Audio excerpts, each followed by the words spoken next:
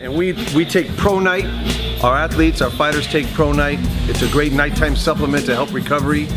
Protein, great, and it's only 2 grams of carbohydrate per serving. So very low, doesn't gain the fighter's weight.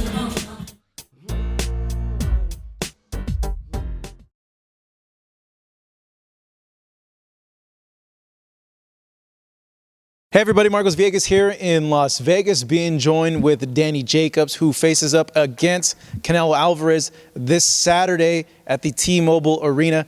Danny, this is your first time back in Las Vegas in a very long time. I want to say close to 10 years. And this whole moment, this whole experience of facing a Canelo Alvarez, how has this week been for you so far? It's been as expected. I knew that it would be a really popular event. So obviously with all the media, all the fans, all the attention that it's received, it was expected. I'm just trying to go through it with a grain of salt, but also keep my mind to the ground, or my feet to the ground, and my mind level, so that I can remain focused for Saturday night, because I don't want to get ahead of myself with thinking that, you know, I've made it already, where I have a bigger task at hand come Saturday.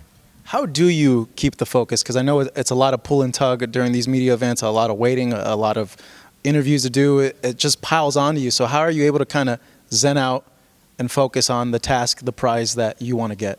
Meditation is the key, brother. Meditation, because boxing is a mental sport. So if you can get mental strength, I think that comes from just mental training, which I get through meditation. It's priceless. You know, I have a yoga instructor with me, following me around to help me kind of grasp everything and take control of my mind, and not only that, but help me to envision the victory, which is most importantly, because in order to do it, you have to see it first.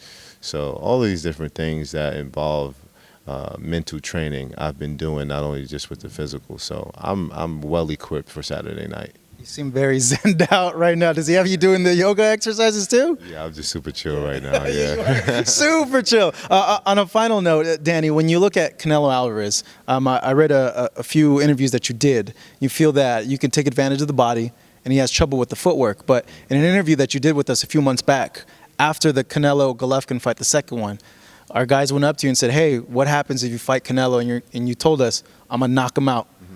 If he fights the way he did there, I'm going to knock him out. Do you still see that? Do you still envision that? I still envision that, absolutely. And I think it's a strong possibility. I mean, you guys know that if I have a guy hurt, I know how to get him out of there. I mean, my record speaks for itself.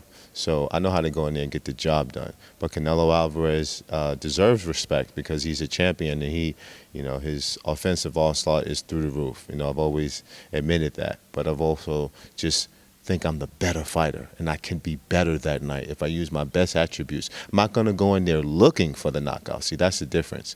I understand that it's a possibility for it to be, and I know that if I was to set it up the right way and get him hurt, wear him down, hurt him to the body, get him tired, because he already fight in spurts, right? So just being the best version of myself and using my best attributes will set a knockout up, but I'm not. You finish fights really strong the second part. Oh, yeah. So you think that's where it's going to happen, that he's going to tire out? Because he does tire out in the middle rounds. I don't know. I mean, you can look back into the Peter Quillen fight. I thought that was going to be a long, gruesome 12-round fight, because he was a big, strong guy, and people thought that I wouldn't be able to take his power, but we seen it was a first-round knockout. So in boxing, you just never know.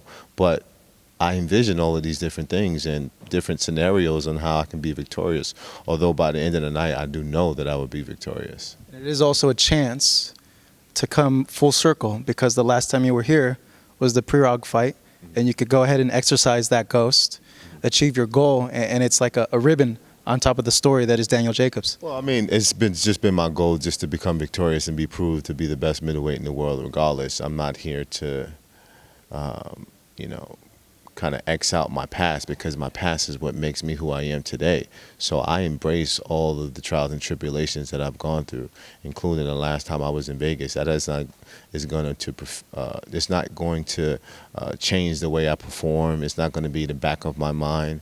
I mean, the greats, every great has gotten knocked down. Every great has taken a loss. to some way, shape, or form. So it's about how you bounce back from that, and it's about how you get up off that canvas and continue your career to be able to have these opportunities and to prove that you're still the best of your generation. So that's what I'm out, and that's the opportunity that I have Saturday night. Daniel, as always, a pleasure speaking to you. Thank you so much. I really appreciate it. Go ahead and zen out and have a great rest of your day. Here with Daniel Jacobs facing off against Canelo Alvarez this Saturday at the T-Mobile Arena in Las Vegas.